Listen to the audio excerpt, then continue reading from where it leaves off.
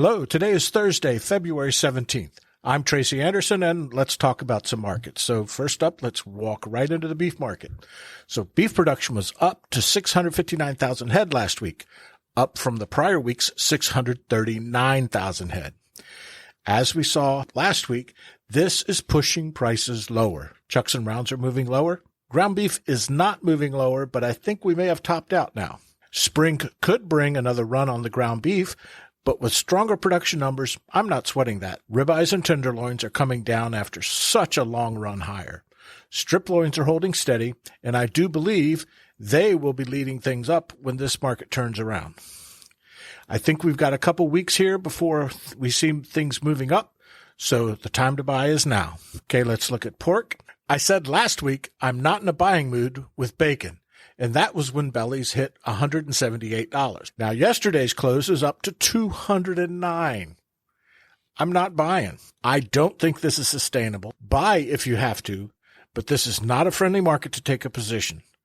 Production, while lagging behind last year, is up from last week, and there is product available. I'm looking for this market to chase enough business away that the fall could be pretty dramatic. Butts and loins are moving higher, but nothing like bellies.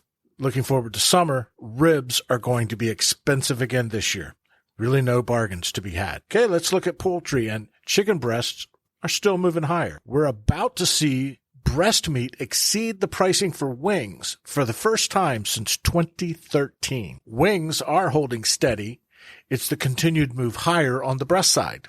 Another big thing to keep an eye on are reports of avian flu. So far, seen in 8 states, with commercial flocks affected in Kentucky and Indiana. Our biosecurity protocols will be tested this year that we don't have the same outbreak we had in 2015. We have enough supply issues to deal with. Really don't want to see avian flu added to that list. Let's look at grains. So corn is holding steady at $6.53 a bushel, same as last week. Talk of rising fertilizer will be a big deal soon. Soy is still holding, though the current run may be about topped out. Still a good idea to stay ahead. Wheat headed higher last week, and it continues this week. It's still a good idea to stay well ahead on your flour needs. And finally, look at dairy, and butter is ramping up again, up 21 cents through Thursday's close. Butter seems to be on quite the roller coaster right now, and I loathe roller coasters. There is milk available, but labor and transportation are moving things higher. Demand seems to be holding up pretty well. Looking at cheese, and the barrel is up 5 and the block is up 7. Again, traditionally, spring sees a steadily rising cheese market, but we're already at a pretty high level.